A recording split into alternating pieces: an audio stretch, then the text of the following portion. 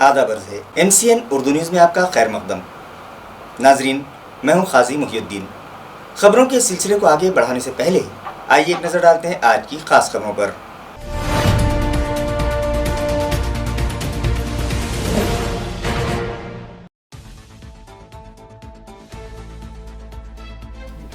दो 232 corona के नए मरीज पाए जाने के बाद एक्टिव मरीजों की तादाद हुई 2466। जुमला मुतासिर हुए 5269। शहर में हैं 141 मरीज।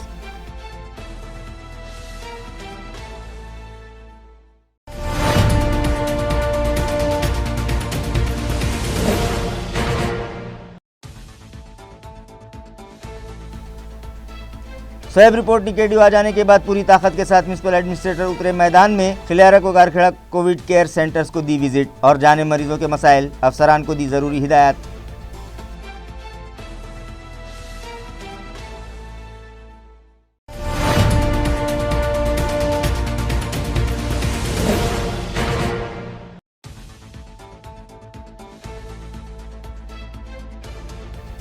दिव्य मराठी के एडिटर, रिपोर्टर और पब्लिशर के खिलाफ दायर मुकदमा फौरी वापस लिया जाए। औरंगाबाद श्रमिक पत्रकार संगठन का रियासती वजीर आला से मुतालबा।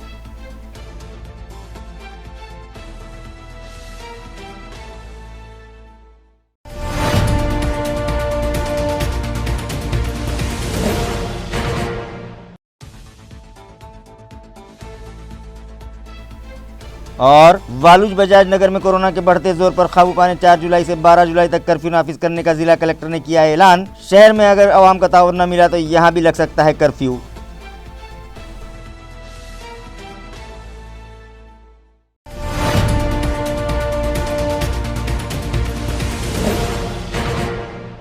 खबरें तफसील से।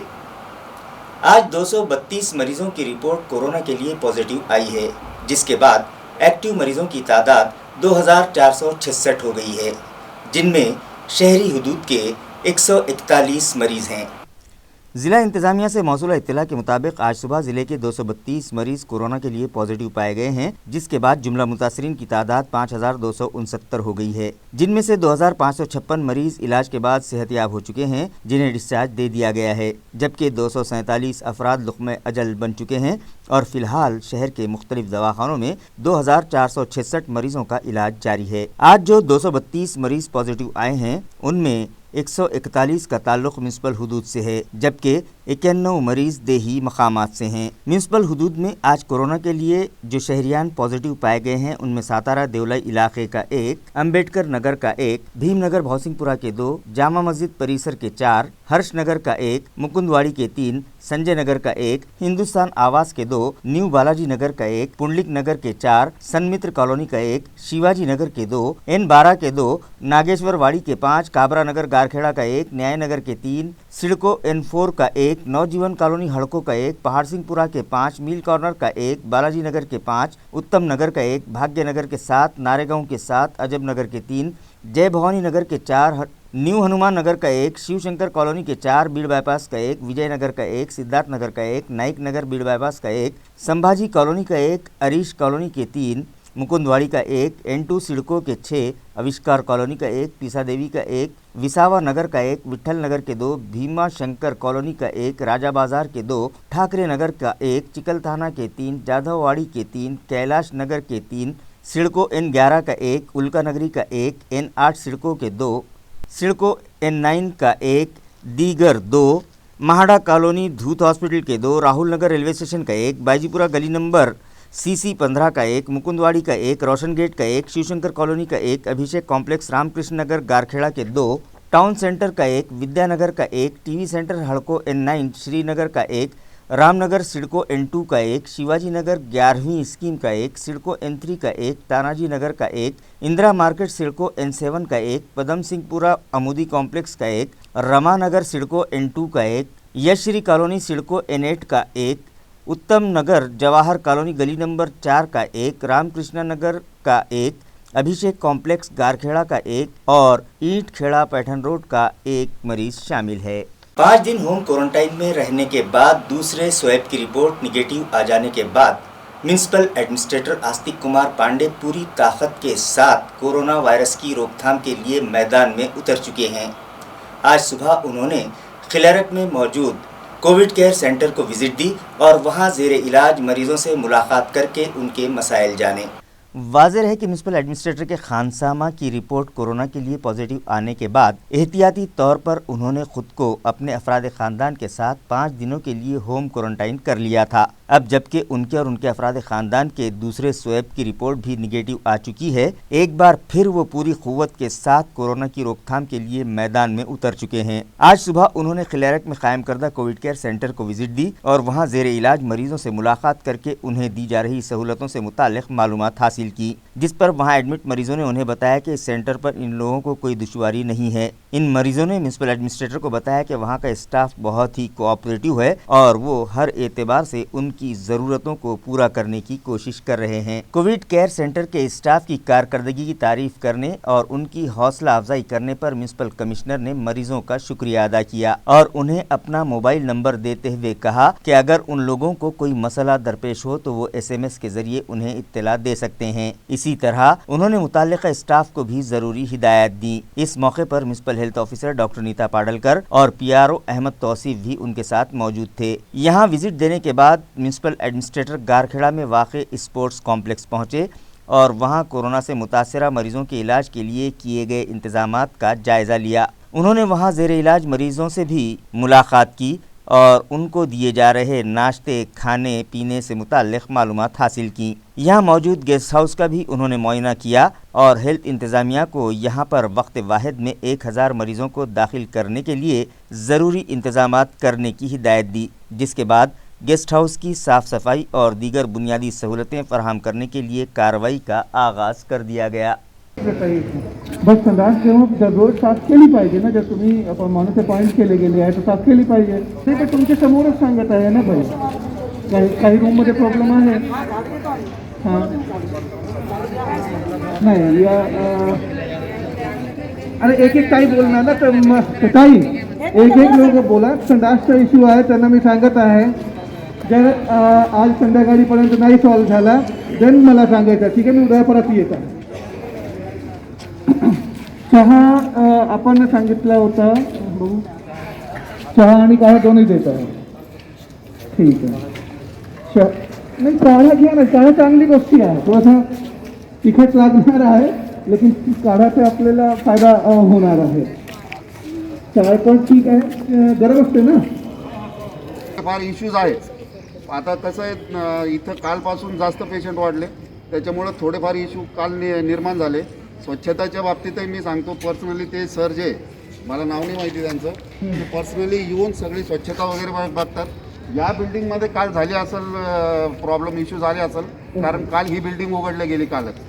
आम्ही पण बघतोय, स्टाफ सगळा सपोर्ट करतो आणि इथले कर्मचारी पण चांगले, त्याच्याबद्दल हे नाही, थोडेफार इश्यूज राहणारच आहे, त्याबद्दल काही वाद नाही आहे। धन्यवाद, थँक्यू। मी खरंच सांगू तुम्हाला, हे कोरोनामुळे काय आहे की आपल्याला वाटत असेल की मला चहा नाही देत आहे, स्वतः नाही येत आहे, कोणी लोक इथे जितके लोक आहे हे स्वतःचे हात जीवावर घेऊन करत आहे आणि तुमचे अभिनंदन की तुम्ही कमीत कमी हे त्याच्यासाठी 2 शब्द मनोबल त्याच्या वाढवला। एक दुसरी गोष्ट अशी आहे जे खरंच मी सांगू इच्छित आहे की घरासारखी फॅसिलिटी इथे नाही असू शकत आहे, तो शक्य नाही आहे, तिचा पण आपण प्रयत्न करूया। बट हे 2-3 मुद्दे जे आपण सांगितलेले आहे, जेवण वेळेवर आलं पाहिजे, डॉक्टर नॉर्मली आपल्याला येत आहे। मी हे पसंत म्हणजे आनंदी झालो की तुम्ही सांगितलं की डॉक्टर आले आणि 11 बजे पण असू द्या, बट आले आणि गोळी तुम्हाला दिली। दॅट इज औरंगाबाद में कोरोना से मुतासरीन की तादाद में तेज़ी से इजाफा हो रहा है। अगर आवाम ने इंतज़ामिया का साथ न दिया तो आइंदा 10 जुलाई के बाद पूरे शहर में कर्फ्यू लगाया जा सकता है। ये इंतबाह ज़िला कलेक्टर उदय चौधरी ने आज एक प्रेस कॉन्फ्रेंस में दिया। आज जिला कलेक्टर, म्युनिसिपल एडमिनिस्ट्रेटर और पुलिस कमिश्नर ने मुश्तरका तौर पर प्रेस कॉन्फ्रेंस तलब की। उन्होंने सहाफ़ियों को बताया कि औरंगाबाद शहर में आइंदा 1 माह तक दुकानें सुबह 9 तक शाम 5 बजे तक खुली रखी जाएगी, मगर शहरी हुदूद में आवाम का आना जाना बंद रहेगा। म्यूनसिपल हुदूद में दाखिले के लिए पुलिस महकमे से इजाज़त लेना लाजमी होगा। वालुज बजाज नगर में कोरोना के बढ़ते जोर को कम करने के लिए आइंदा 4 जुलाई से 12 जुलाई तक यहाँ मुकम्मल कर्फ्यू नाफिज रहेगा। सिर्फ दूध का कारोबार और मेडिकल स्टोर्स खुली रहेंगी। औरंगाबाद शहर में अवामी बेदारी पैदा की जाएगी। इसके बावजूद अगर कोरोना से मुतासरीन की तादाद में इजाफा होता रहा और आवाम का इंतजामिया को ताउन न मिला तो यहाँ भी कर्फ्यू नाफिज करने के ताल्लुक से फैसला किया जाएगा। ये इत्तला जिला कलेक्टर ने सहाफ़ियों को दी। रोजी जे निर्णय जारी केलेले आहेत त्याबद्दल आधी मी स्पष्ट करतो। राज्य शासनाने आज जारी केलेल्या निर्णयांच्या अनुषंगाने त्या भागामध्ये जिल्हाधिकारी किंवा महापालिका आयुक्त किंवा पोलीस आयुक्त हे त्या अनुषंगाने त्यांचे स्वतंत्र आदेश निर्गमित करतील। मात्र आजच्या प्रेस कॉन्फरन्समध्ये ज्या गोष्टी सांगितल्या गेलेल्या आहेत त्या गोष्टींच्याच अनुषंगाने हे आदेश असतील। त्याच्यामुळे या आदेशाची वाट बघण्याची आता आवश्यकता नाही। सर्वप्रथम जो राज्य शासनाने जो निर्णय घेतलेला आहे त्यानुसार आपले जे रिस्ट्रिक्शन्स आहेत मिशन बिगिन अगेन नुसार जे फेज वाईज रिओपनिंग आहे ते 31 जुलैपर्यंत आपले निर्बंध हे कायम राहणार आहेत पूर्ण जिल्ह्यामध्ये। त्यापैकी महापालिका क्षेत्रामध्ये जे नॉन इसेन्शियल शॉप्स आहेत ते 9 ते 5 या वेळेमध्ये ओपन असतील। मात्र हे 9 ते 5 वेळेत ओपन असलेले जे नॉन इसेन्शियल शॉप्स आहेत त्यातही रेग्युलेट करण्यासाठी पोलीस आयुक्त आणि महापालिका आयुक्त हे त्याप्रमाणे करू शकतील। त्यामुळे सध्या तरी ऑड इव्हन हा जो विषय आहे हा विषय तसाच ठेवणं किंवा सर्व एखाद्या कॉलनीमधले शॉप्स ओपन करणं याबाबत स्थानिक परिस्थिती लक्षात घेऊन त्या ठिकाणचे ACP किंवा वॉर्ड ऑफिसर हा तसा निर्णय घेतील। मात्र हे शॉप्सचं ओपनिंगचं टायमिंग हे 9 ते 5 असणार आणि यामध्ये मॉलचा किंवा मोठ्या मार्केटचा समावेश नाही। म्हणजे मॉल आणि मोठे मार्केट हे बंदच राहणार। दुसरा मुद्दा आहे की सर्व हे इसेन्शियल शॉप्स जे आजपर्यंत खुले आहेत हे तसेच 31 जुलैपर्यंत खुले राहणार, त्यांना कुठलेही निर्बंध नसतील। तिसरा मुद्दा आहे रेस्टॉरंट्स यांना होम डिलिव्हरी अलाउड असणार आहे। मात्र 31 जुलैपर्यंत रेस्टॉरंट्स देखील ओपन होणार नाहीत। लिकर शॉप्सच्या बाबतीत जे धोरण आपण ठरवलेलं आहे उदाहरणार्थ शहरातले लिकर शॉप्स हे बंद असतील मात्र होम डिलिव्हरी चालू असेल शहरामध्ये ते तसंच पुढे 31 जुलैपर्यंत चालू राहील।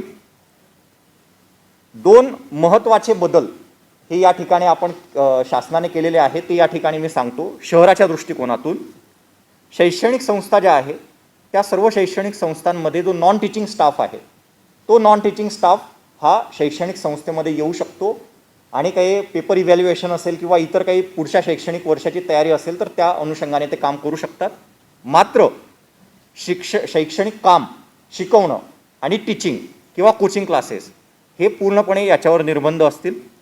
दुसरा महत्त्वाचा ओपनिंगच्या अनुषंगानेचा निर्णय आहे तो म्हणजे barber shops, salon, spa, beauty parlour या ज्या सर्व गोष्टी आहे या ज्या सर्व आस्थापना आहे त्या या आदेशान्वये ज्या आहे त्या शहरात देखील आता चालू असतील। मात्र यापूर्वी जे जिल्हाधिकाऱ्यांचे आदेश आहे त्यात ज्या मार्गदर्शक सूचना दिलेल्या आहेत त्या सर्व मार्गदर्शक सूचनांचं पालन करणं त्यांना बंधनकारक राहील। त्या अनुषंगाने आजच सकाळी CP साहेब मला आणि म्युनिसिपल कमिशनर यांना नाभिक समाजाने एक शिष्टमंडळाने एक निवेदन दिलं होतं। तो आता हा विषय खुद्द राज्य शासनानेच क्लिअर केलेला आहे। तर आता ज्या गोष्टी मी सांगितल्या ह्या राज्य शासनाने दिलेल्या आदेशान्वये आपल्या औरंगाबाद शहरामध्ये पुढच्या 31 जुलैपर्यंत या कायम राहतील। त्यानंतर राज्य शासनाच्या निर्णयाप्रमाणे ग्रामीण भागामध्ये ज्या काय ॲक्टिव्हिटीज चालू आहेत त्या सर्व ॲक्टिव्हिटीज या 31 जुलैपर्यंत तशाच चालू राहतील आणि ज्या ॲक्टिव्हिटी निर्बंधित आहेत उदाहरणार्थ मॉल्स असतील, शॉपिंग कॉम्प्लेक्सेस असतील किंवा इतर गोष्टी असतील ते तसंच पुढे 31 जुलैपर्यंत कंटिन्यू राहील। इंटर डिस्ट्रिक्ट मूवमेंट जी आहे एका जिल्ह्यातून दुसऱ्या जिल्ह्यात जाण्यासाठी ते अजूनही रेग्युलेटेड आहे, त्याला अजूनही 31 जुलैपर्यंत पास लागणार आहे। त्याच्यामुळे जिल्ह्याअंतर्गत मात्र जी मूवमेंट आहे ती जिल्ह्याअंतर्गत मूवमेंट मात्र ही खुली राहील। तथापि महापालिका क्षेत्रामध्ये येताना पोलीस जे आहे ते पोलीस त्याच्याबद्दल सतर्कता बाळगतील। हा जो आहे हा राज्य शासनाने घोषित केलेला निर्णय हा आपल्या जिल्ह्यामध्ये महापालिका क्षेत्र आणि जिल्ह्यामध्ये जसा जसा अंमलात येईल अजून काही रिपिटेशन जरी होत असलं तरी मी काही गोष्टी अजून स्पष्ट करतो। आउटडोअर फिजिकल ॲक्टिव्हिटी ज्या आपण शहरात आणि बाहेर अलाउड केलेल्या आहेत त्या तशाच कंटिन्यू राहतील.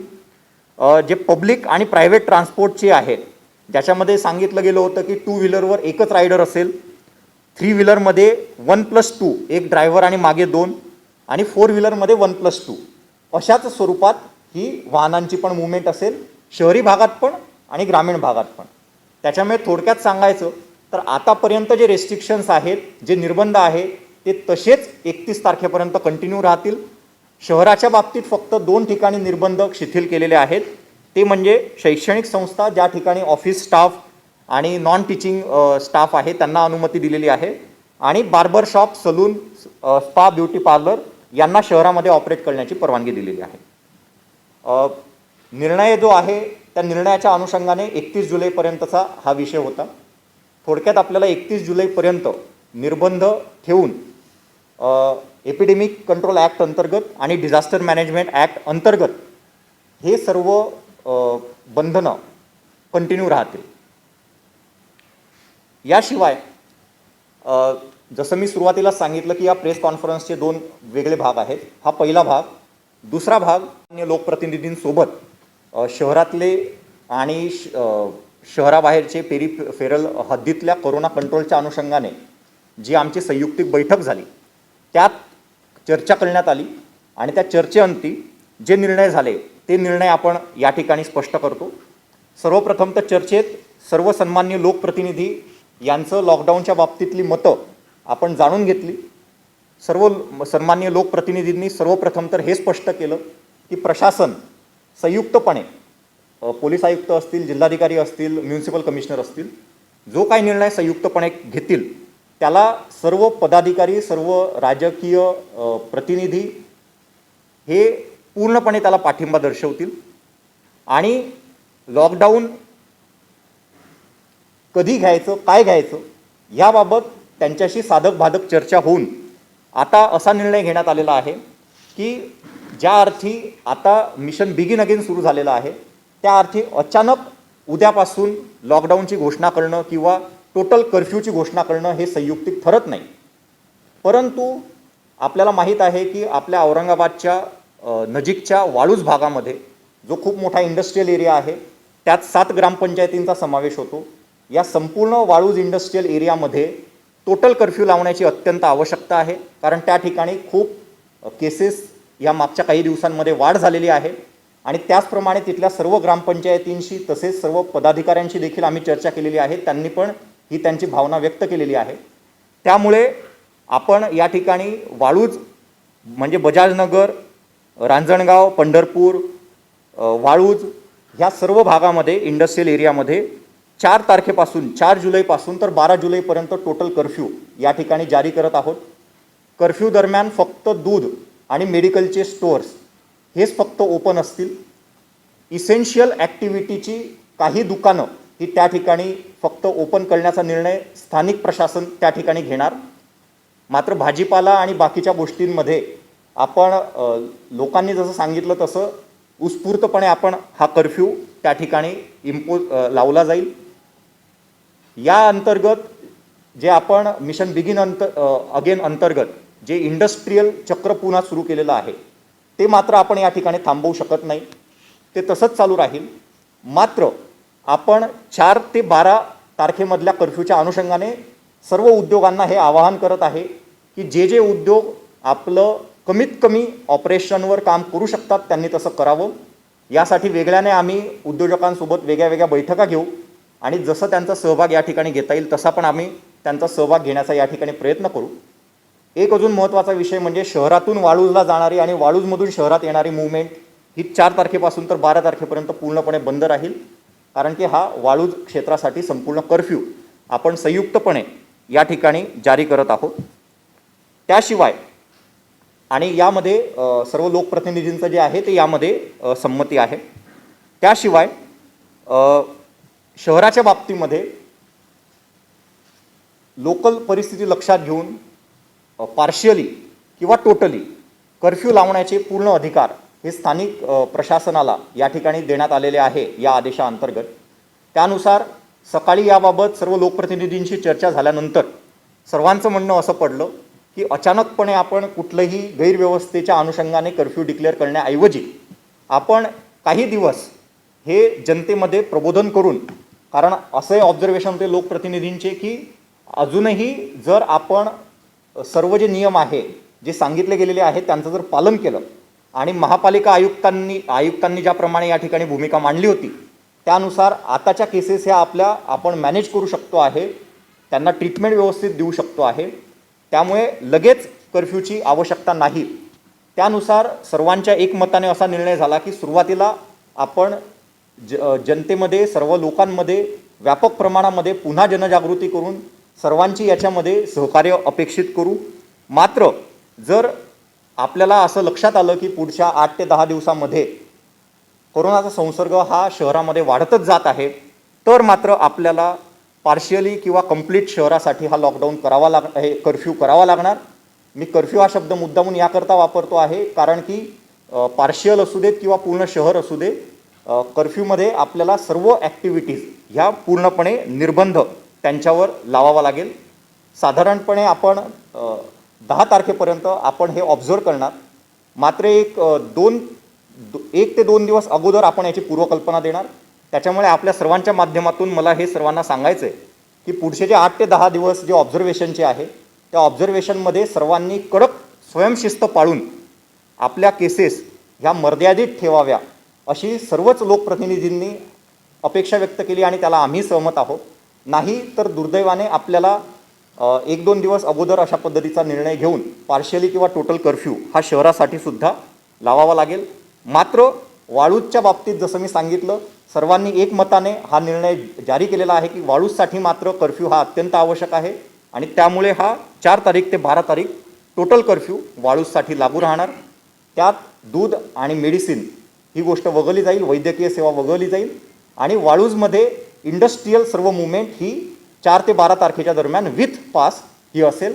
आपण पूर्ण प्रयत्न करणार की उद्योगांनी पण याच्यामध्ये स्वयंस्फूर्तीने सहभागी व्हावं आणि आपले उद्योग हे त्या ठिकाणी फक्त इसेन्शियल ॲक्टिव्हिटी सोडून बंद ठेवावे. दिव्य मराठी अखबार के एडिटर, पब्लिशर और रिपोर्टर के खिलाफ दायर किया गया केस फौरी वापस लिया जाए, इस मुतालबे पर औरंगाबाद श्रमिक पत्रकार संघ के एक वफद ने आज इलाकाई कमिश्नर से मुलाकात की और रियासती वजीर आला उद्धव ठाकरे के नाम एक मेमोरेंडम उनके सुपुर्द किया. इस वफद में शामिल तंजीम के नुमाइंदों ने इलाकाई कमिश्नर को बताया कि इन दिनों हमारा मुल्क और हमारी रियासत कोरोना वबा की जद में आई हुई है और सारी सरकारी मशीनरी इस वबा की रोकथाम में लगी हुई है. मीडिया भी इस वबा की रोकथाम और आवाम में बेदारी पैदा करने के लिए अपनी जिम्मेदारियां पूरी ईमानदारी से निभा रहा है, मगर जहां कहीं कुछ गलत होता है उसे भी मंजर आम पर लाना मीडिया की जिम्मेदारी है और यही काम दिव्य मराठी के रिपोर्टर ने भी किया. मगर जिला व पुलिस इंतजामिया ने अपनी नाकामियों और गलतियों पर पर्दा डालने के लिए दिव्य मराठी अखबार के एडिटर, रिपोर्टर और पब्लिशर के खिलाफ केस दाखिल करके जमहूरियत के चौथे सुतून कहलाए जाने वाले मीडिया पर दबाव डालने की कोशिश की है. हमारे शहर के साथ साथ दीगर शहरों में भी कोरोना का जोर बढ़ रहा था, मगर वहाँ की इंतजामिया ने उस पर काबू पा लिया और हमारे शहर में कोरोना से मुतासिर होने वालों की तादाद यौमिया 2 से जायद का हिंसा पार कर गई. मीडिया की खबरों का फाजिल अदालत ने भी सख्त नोट लिया है. इस मामले में सू मोटो पिटीशन दाखिल की है. लिहाजा पुलिस व इंतजामिया की जानिब से दिव्य मराठी के नुमाइंदों के खिलाफ दाखिल की गई चार्जशीट फौरी वापस ली जाए, सहाफियों को तहफ़्फ़ुज़ फराहम किया जाए और उनके कामों में रुकावट न डाली जाए. इस ज़िमन में रियासती वज़ीर आला के नाम एक मेमोरेंडम इलाकाई कमिश्नर के सुपुर्द किया गया. इस वफ़द में तंजीम के सदर विनोद काकड़े, सेक्रेटरी विकास राउत, नायब सदर राहुल नौघरे, विद्या गावंडे, विजय साठे और कारगुजार सदर उद्धव काकड़े के अलावा औरंगाबाद के सहाफ़ी बड़ी तादाद में शामिल थे. कतई बर्दाश्त नहीं करेंगे और जो गुन्हे दाखिल किए गए हैं सिटी चौक पुलिस स्टेशन और बेगमपुरा पुलिस स्टेशन में, वो गुन्हे तत्काल वापस लिए जाएं और हमारी आवाज़ दबाने का जो प्रयास किया जा रहा है वो प्रयास बंद किया जाए. मीडिया इसको कभी भी बर्दाश्त नहीं करेगा. हमने ये कहा कि हमारा निवेदन माननीय मुख्यमंत्री उद्धव ठाकरे को भेजा जाए. केंद्रेकर साहब ने कहा कि आपका निवेदन हमने प्राप्त हुआ है, हम ये निवेदन माननीय मुख्यमंत्री को पहुंचाएंगे और आपकी बात वहां पर रखेंगे, ऐसा उन्होंने आश्वासन दिया. घाटी दवाखाने में जेर इलाज मरीजों से बाहर से दवाएं मंगवाने वाले डॉक्टर्स और स्टाफ नर्सेस के खिलाफ कार्रवाई की जाएगी. ये फैसला गुज़िश्ता रोज़ MP इम्तियाज़ जलील और डिविजनल कमिश्नर सुनील केंद्रेकर की मौजूदगी में मुनक़दा मीटिंग में किया गया। वाज़ेह है कि 2 रोज़ कबल MP इम्तियाज़ जलील ने एक प्रेस कॉन्फ्रेंस लेकर घाटी इंतजामिया पर धांधलियों का इल्ज़ाम लगाते हुए इस बात का इंकशाफ किया था कि घाटी दवाखाने में ज़ेर इलाज मरीजों के रिश्तेदारों से खानगी मेडिकल स्टोर से दवाएं मंगवाई जा रही हैं और जब तक मरीज के रिश्तेदार बाहर से दवाएं लाकर नहीं देते, ड्यूटी स्टाफ मरीज का इलाज शुरू नहीं करता। MP इम्तियाज़ जलील के इस इल्ज़ाम के बाद सरकारी मशीनरी हरकत में आ गई और इलाकाई कमिश्नर सुनील केंद्रेकर व जिला कलेक्टर उदय चौधरी ने MP इम्तियाज़ जलील की मौजूदगी में घाटी दवाखाने को विजिट दी और मुख्तलिफ वार्ड्स में ज़ेर इलाज मरीजों से मुलाकात करने के बाद डीन डॉक्टर कानन एडिकर और दीगर मुताल्लिक़ा अफसरान के साथ मीटिंग की, जिसमें कई अहम फैसले किए गए। इस तरह की इत्तला रुकने पार्लियामेंट ने मीडिया को दी। उन्होंने बताया कि चूँकि घाटी दवाखाना एक सरकारी दवाखाना है और इस दवाखाने को दवाओं के लिए हुकूमत की जानिब से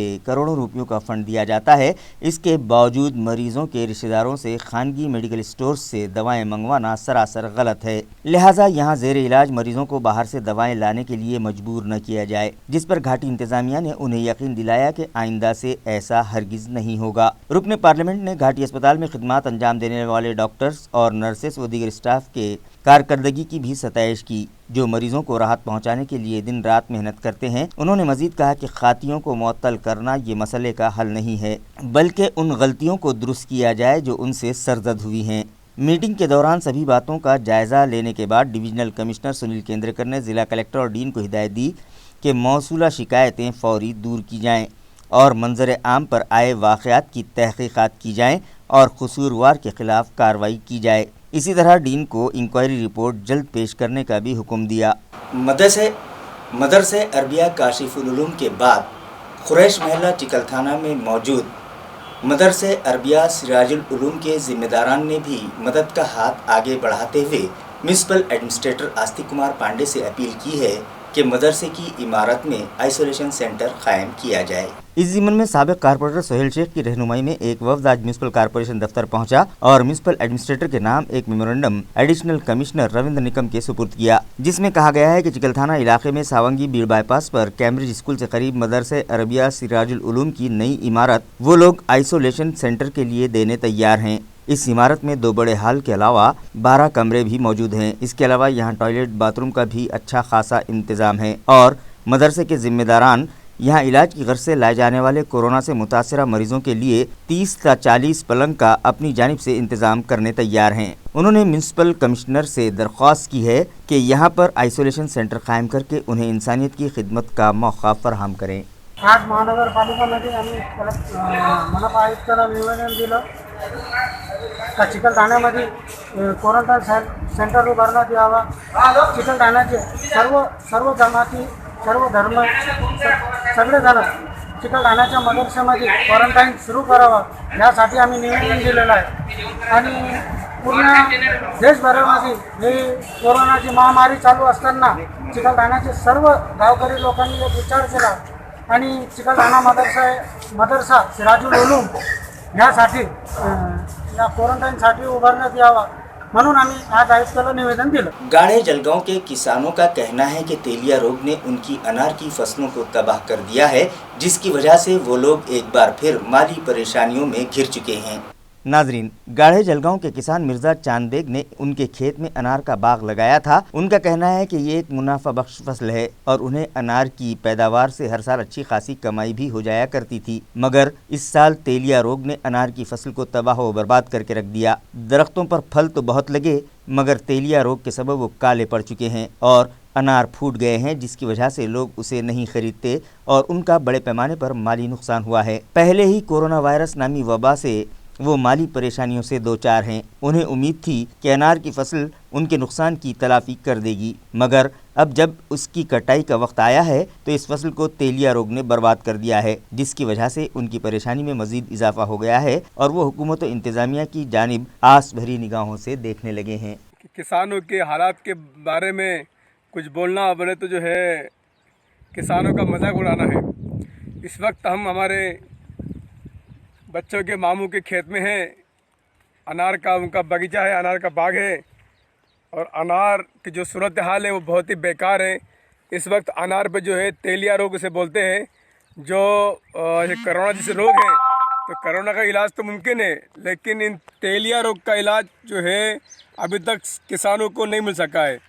इसमें ये होता है कि अनार के ऊपर जो है काले चट्टे आना शुरू होते हैं और अनार फट जाता है।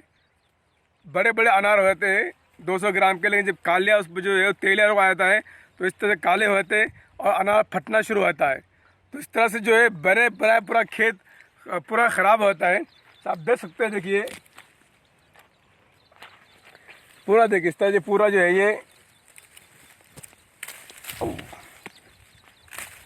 किसी काम के नहीं आ रहा। मतलब इससे भी है कि खेत में ये खाद बन सकती है। अब उसको तोड़ने के लिए भी मजदूरी महंगी हो गई है।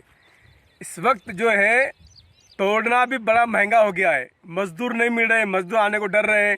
तोड़े तो क्या करें और उसे कहाँ फेंके, तो ये सूरत हाल है। और पूरा बगीचा इतना बेहतरीन है, गुज़िश्ता साल इसमें अल्हम्दुलिल्लाह बहुत अच्छा माल आया था और एक एक झाड़ जो बड़े बड़े थे। तो ये अनार की सूरत हाल इस वक्त बहुत बुरी है और सरकारें जो मदद कर रही है वो पता नहीं कितने लोगों को मिल पाती है, कितने लोगों को मिल रही है। लेकिन जो मदद सरकार करती है वो ज़ाहिर सी बात है कि किसानों को नुकसान भरपाई शायद 10% भी नहीं हो पाती है।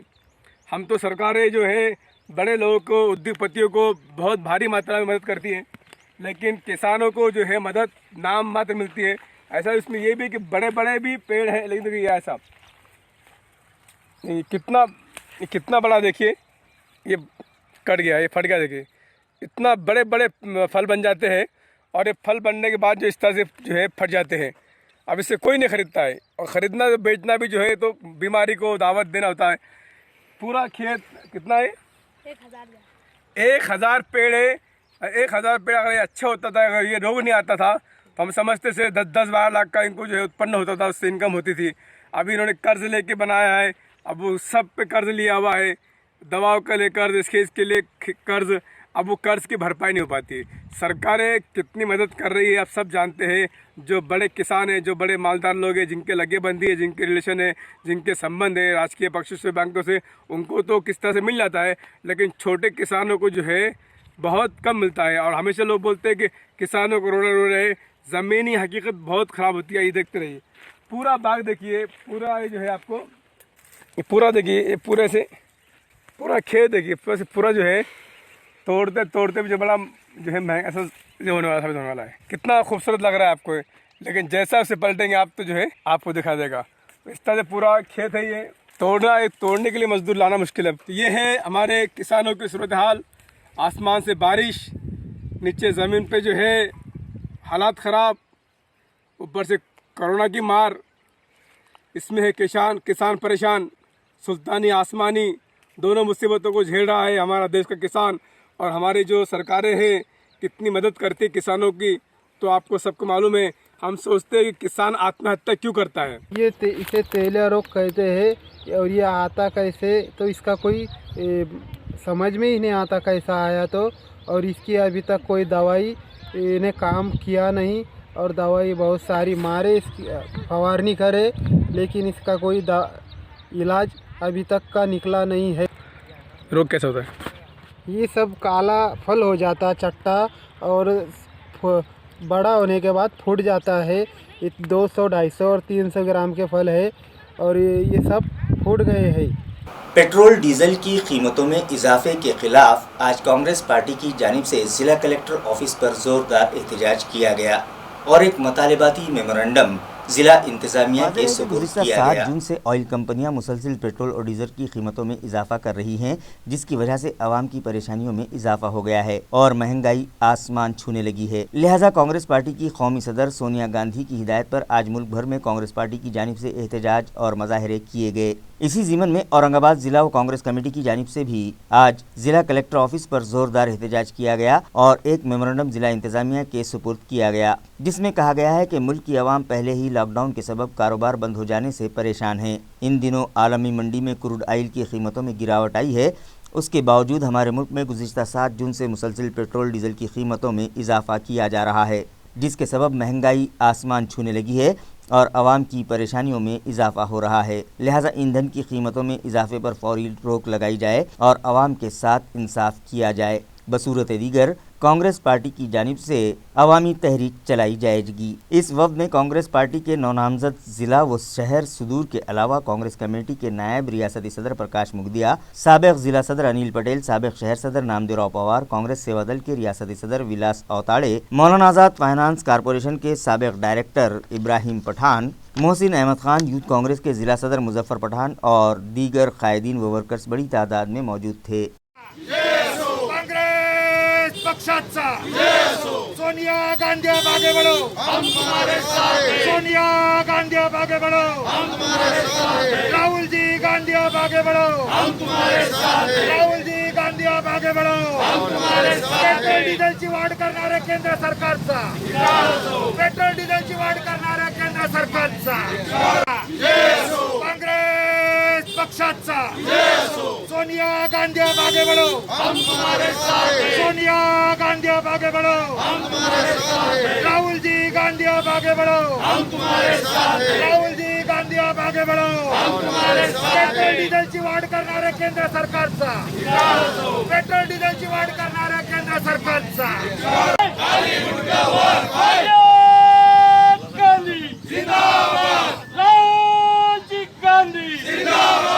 जनता के सम्मान में, जनता के सम्मान में लबाड भाजपा सरकारचं करायचं काय?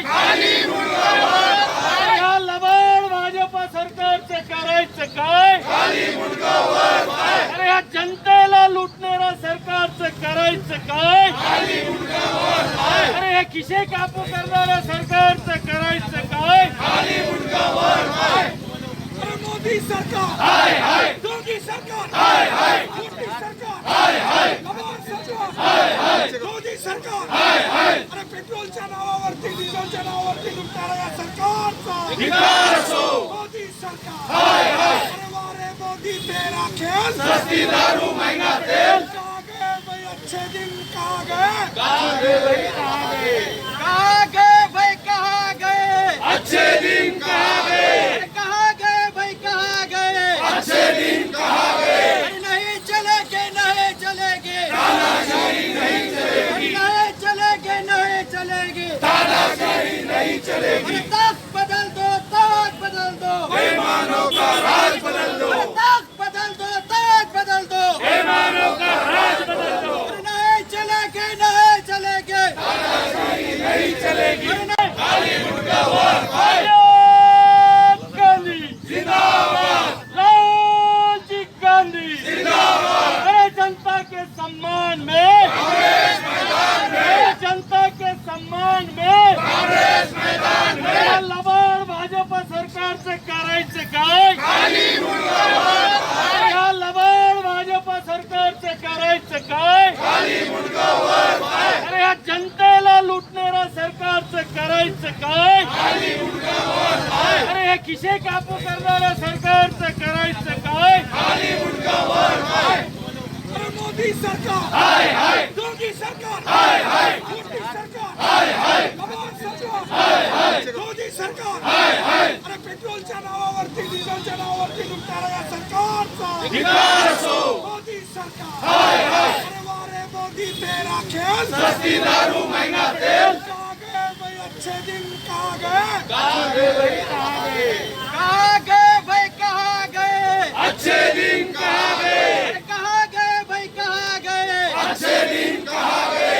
नहीं चलेंगे, नहीं चलेंगे, तानाशाही नहीं चलेगी, नहीं चलेंगे, नहीं चलेगी, तानाशाही नहीं चलेगी। ताक बदल दो, ताक बदल दो, बेईमानों का राज बदल दो, ताक बदल दो, ताक बदल दो, बेईमानों का राज बदल दो। तालुका पैठन में कोरोना के बढ़ते जोर को देखते हुए रियासती वजीर संदीपान भूमरे पाटिल ने मुताल्लिका अफसरान की एक अहम मीटिंग तहसील ऑफिस पैठन में तलब की। और उन्हें जरूरी हिदायतें दी। तालुका पैठन में कोरोना के बढ़ते कदमों पर रोक लगाने की गर्ज से रियासती वजीर संदीपान भूमरे पाटिल ने मुताल्लिका अफसरान की एक अहम मीटिंग तलब की और कोरोना वायरस की रोकथाम के लिए उठाए गए इकदाम और आइंदा के लिए तैयार किए गए लाए-ए-अमल का जायजा लेने के बाद अफसरान को हिदायत दी कि शहरी इलाकों में जो कदम उठाए जा रहे हैं उसी तरह की कार्रवाई यहाँ भी कोरोना वायरस की रोकथाम के लिए की जाए। देही सतह पर ग्राम सेवक, तलाठी, पुलिस पाटिल, आंगनवाड़ी सेविकाएं और असातिज़ा को डिपोर्ट करके स्क्वाड्स तश्कील दिए जाएं और मंसूबाबंद तरीके से इस मर्ज की रोकथाम की जाए। इस मीटिंग में deputy divisional officer Swapnil More, tehsildar Chandrakant Shedke, DSP VV Nehul, police inspector Bhagirath Deshmukh, Nagar Parishad के CEO Somnath Patil Jadhav, BDO Bhaskar Kulkarni, PWD के deputy engineer Rajendra Borkar, taluka health officer doctor Vijay Kumar Wagh, rural hospital के ऋषिकेश खाडलकर और दीगर शोबों के अफसरान और मुलाजमीन शरीक थे। एक तरफ तो खानगी अस्पताल के डॉक्टर्स की लापरवाहियों के सबब मुख्तलिफ अमराज में मुब्तला मरीजों का वक्त पर इलाज नहीं हो पा रहा है, तो दूसरी तरफ म्यूनिसिपल कॉरपोरेशन की जानिब से शुरू किए गए कोविड केयर सेंटर्स के डॉक्टर्स हमदर्दी और इंसानियत की मिसाल कायम कर रहे हैं। नाजरीन, गुज़िश्ता रोज़ ही खानगी अस्पताल के डॉक्टर्स की लापरवाहियों और टाल मटोल के सबब आरिफ कॉलोनी की एक 13 साला लड़की जाँ बहक हो गई, तो दूसरी तरफ कोरोना की रोकथाम के लिए म्यूनिसिपल हेल्थ इंतजामिया की जानिब से शहर में मुख्तलिफ इलाकों में शुरू किए गए कोविड केयर सेंटर्स के डॉक्टर्स, नर्सेस और दीगर स्टाफ इमरान हमदर्दी और इंसानियत की मिसाल पेश करके दीगर डॉक्टर्स को नेक पैगाम दे रहे हैं। ऐसा ही एक वाक़या गुज़िश्ता रोज़ MIT कोविड केयर सेंटर में पेश आया। म्यूनिसिपल ज़राए से मिली इत्तला के मुताबिक गुज़िश्ता रोज़ घाटी अस्पताल में ज़ेरे इलाज एक मुअम्मर खातून की कोरोना के सबब मौत वाक़ हो गई थी। कानून के मुताबिक महलूक की डेड बॉडी वर्सा के सुपुर्द की जाती है, लिहाजा घाटी इंतजामिया ने इस खातून के विरसा की तलाश की तो पता चला कि 2 रोज़ कबल ही उसका एक लड़का कोरोना के सबब फौत हो चुका है, जबकि दूसरा लड़का कोरोना के लिए पॉजिटिव आने के बाद MIT कोविड केयर सेंटर में ज़ेरे इलाज है। ये इत्तला जब महलूक के दूसरे लड़के को मिली तो उसने कोविड केयर सेंटर्स के डॉक्टर से दरख्वास्त की कि उसे अपनी मां का आखिरी दीदार करने की इजाज़त दी जाए। वो लड़का भी कोरोना पॉजिटिव होने के सबब मुतालिका इंतज़ामिया के सामने सवाल खड़ा हो गया कि उसे घाटी दवाखाना कैसे ले जाया जाए और उसे उसकी वालदा का आखिरी दीदार किस तरह से करवाया जाए, क्योंकि सुबह का वक्त होने के सबब AMC की सभी एम्बुलेंस गाड़ियाँ कोरोना से मुतासरा मरीजों को मुख्तलिफ दवाखानों में एडमिट करने में मसरूफ़ थीं। लेकिन फ़राइज़ के साथ साथ इंसानियत नवाज डॉक्टर रितेश सकलेचा इस मरीज़ को अपनी गाड़ी में घाटी दवाखाना ले जाने के लिए तैयार हो गए। MIT कोविड केयर सेंटर की nodal officer doctor Talat Khaji और municipal health officer doctor Neeta Padalkar को इसकी इत्तला दी गई और पूरी एहतियाती तदाबीर इख्तियार करते हुए डॉक्टर सकलेचा ने खुद भी PP किट पहना और उस मरीज़ को भी PP किट पहनाकर अपनी गाड़ी में सवार करके घाटी दवाखाना ले गए और उसे उसकी वालदा का आखिरी दीदार करवाया। डॉक्टर सकलेचा के इस जज्बे को कदर की निगाहों से देखा जा रहा है और उनकी हर जानिब से सताइश की जा रही है। MCN की जानिब से हम भी डॉक्टर सकलेचा को सलाम करते हैं। सबको नमस्ते, मैं डॉक्टर रितेश सकलेचा औरंगाबाद में कोविड सेंटर पे मेडिकल ऑफिसर के काम करता हूँ। कल एक बहुत दुखद घटना हुई औरंगाबाद में। हमारे पास MIT कोविड सेंटर पे जो एक पेशेंट एडमिट है, उनकी वो पॉजिटिव है। उनकी माताजी का कल देहांत हो गया, वो भी कोरोना पॉजिटिव थे। और एक दुर्भाग्य की बात ऐसी है कि उनके बड़े भाई साहब की मौत, उनका जो निधन है वो 2 दिन पहले हुआ, तो वो भी कोरोना पॉजिटिव था। कल उसको जाने की बहुत ज़्यादा इच्छा थी, लेकिन एम्बुलेंसेस और ये सब साधन सामग्री अवेलेबल नहीं थी कल बिजी शेड्यूल होने की वजह से। तो मैं कार में उनको लेके जाने के लिए तैयारी मैंने दिखाई।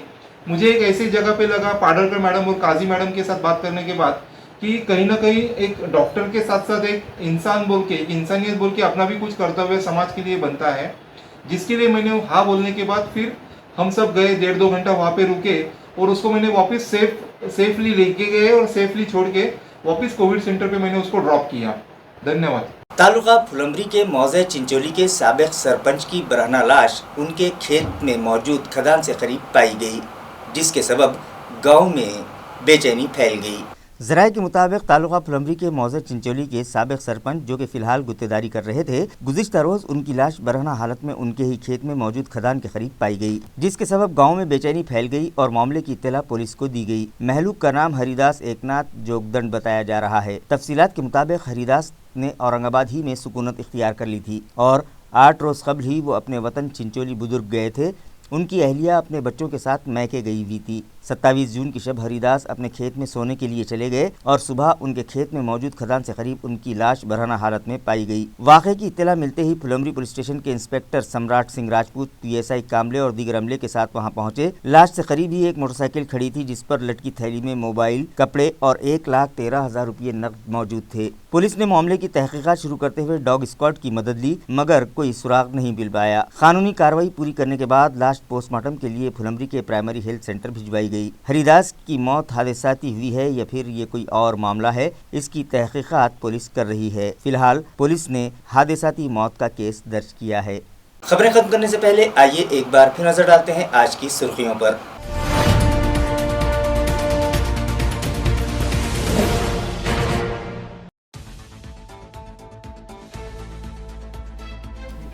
दो 232 कोरोना के नए मरीज पाए जाने के बाद एक्टिव मरीजों की तादाद हुई 2466। जुमला मुतासिर हुए 5269। शहर में हैं 141 मरीज।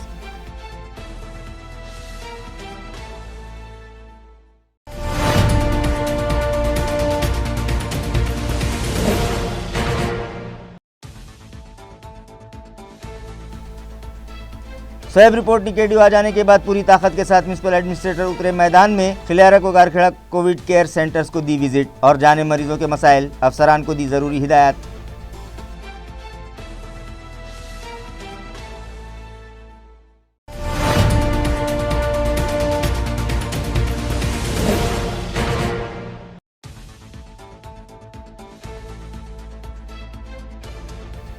दिव्य मराठी के एडिटर, रिपोर्टर और पब्लिशर के खिलाफ दायर मुकदमा फौरी वापस लिया जाए। औरंगाबाद श्रमिक पत्रकार संगठन का रियासती वजीर आला से मुतालबा।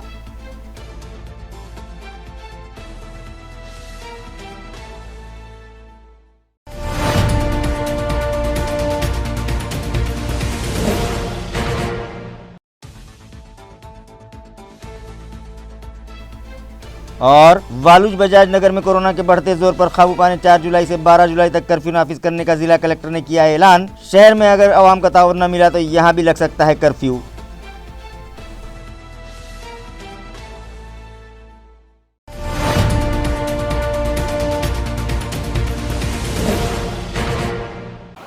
इसी के साथ MCN उर्दू न्यूज़ अब यहीं खत्म होती है। कल फिर मुलाकात होगी कुछ और खबरों के साथ। तब तक के लिए मैं काजी मुहिउद्दीन आपसे इजाज़त चाहता हूँ। खुदा हाफिज।